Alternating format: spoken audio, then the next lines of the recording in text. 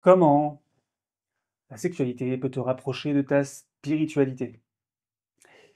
Oui, alors spiritualité de nos jours, c'est, voilà, c'est tous les religieux, les curés, les prêtres, les mousseline, les musulmans, les juifs, ouais, il y aura pour tout le monde, les bouddhistes, les hindous. Non, mais la spiritualité, c'est pas la religion. Et donc du coup, comment ça peut te rapprocher de ta spiritualité, la sexualité? Dans cette vidéo, je vais t'expliquer comment, à travers la sexualité, tu peux te rapprocher de ta spiritualité.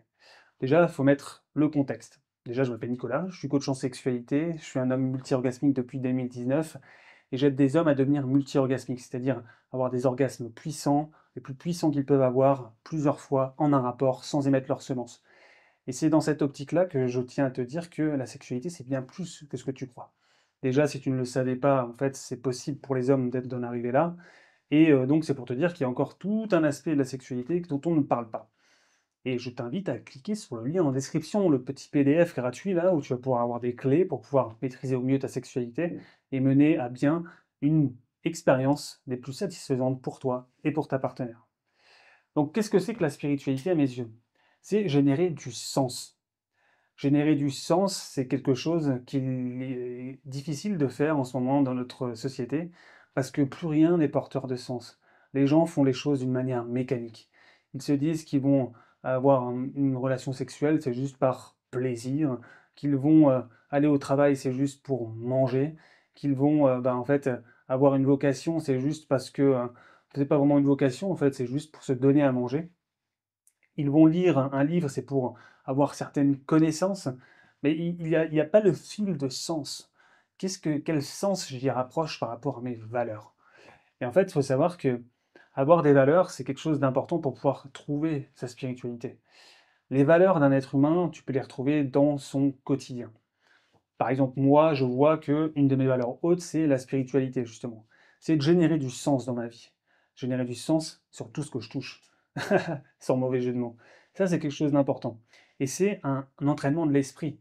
Parce que plus tu as de sens dans ce que tu fais, plus tu as d'énergie pour pouvoir l'accomplir.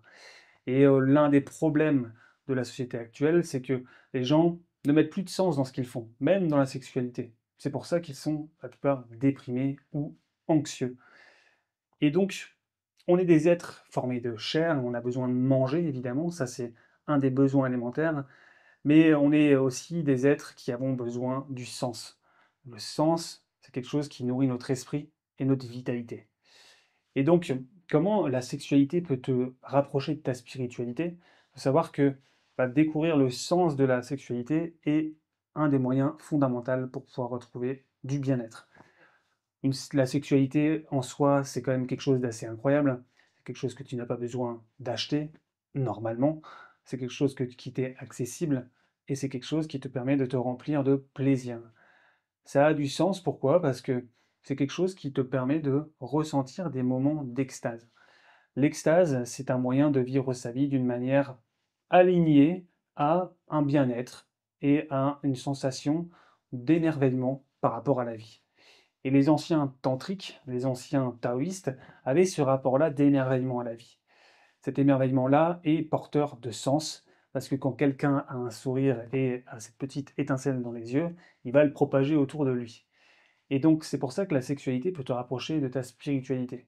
Parce qu'en soi, avoir une spiritualité, donc une sexualité épanouie, te permet d'avoir une meilleure capacité d'émerveillement et de sensation et de bien-être dans ta vie au quotidien, qui est générateur de bienfaits pour toi et pour les gens qui t'entourent.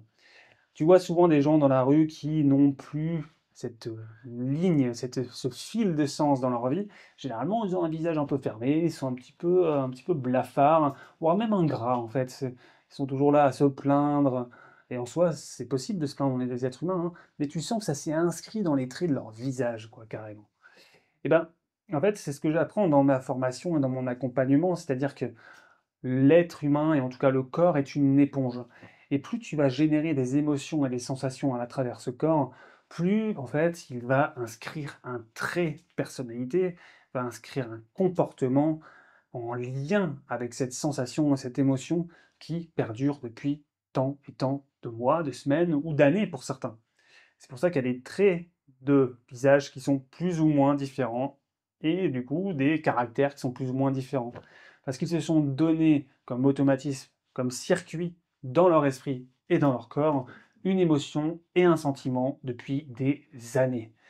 Et ce sentiment et cette émotion est perceptible par les autres d'une manière non verbale. Tu vois quelqu'un dans la rue, tu sais directement si cette personne est animée par quelque chose qui lui fait plaisir dans la vie ou si ça n'a pas de sens pour elle, qu'elle est plutôt tirée vers le bas, les traits tirés vers le bas, tu vois. Et tu vois ceux qui sont tirés vers le haut. Et en fait, généralement, ceux qui sont les traits tirés vers le haut, c'est ceux qui se sont fait tirer par le haut. Petite vanne à la bière. Ouais, donc en fait, il y a un lien indissociable entre qualité de bien-être et d'humeur et aussi capacité à se donner l'accès au plaisir. Et on est dans un système judéo-chrétien où l'accès au plaisir est plutôt méritoire, en tout cas dans l'inconscient collectif. Il s'avère que l'accès à un plaisir se fait par la souffrance. Il faut travailler dur pour arriver jusque-là. Et c'est en soi, quelque part, c'est pas faux, hein, et il faut un peu d'inconfort, il faut se sortir un petit peu les doigts pour pouvoir arriver à un objectif. Mais, en fait, c'est aussi quelque part quelque chose qui nous empêche d'arriver à un plein extase. C'est-à-dire que la plupart des gens, inconsciemment, ne s'autorisent pas à vivre pleinement le plaisir, l'extase et l'orgasme de vivre sa vie. Pourquoi? Parce que pour eux, ils ne le méritent pas inconsciemment. Ils ne méritent pas de vivre autant de plaisir sans avoir fait quelque chose en amont. Ils ne méritent pas de sentir ce plaisir vital, cette extase inconditionnellement. Et en fait, c'est ça qui leur empêche de toucher à la spiritualité et à l'aspect divin de vivre sa vie dans une existence propre, dénuée de conditions extérieures ou dénuée d'attentes pour pouvoir vivre sa vie et prendre du plaisir ici et maintenant.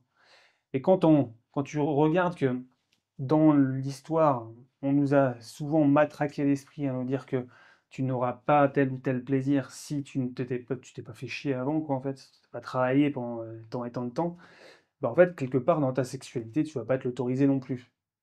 Donc, prendre vraiment le temps d'avoir du plaisir, de l'extase, sans se dire qu'on a besoin de faire quelque chose pour y arriver, c'est une libération. C'est un moyen aussi de toucher quelque chose de divin, c'est-à-dire une forme d'amour inconditionnel envers soi-même, de spiritualité, et ça crée du sens.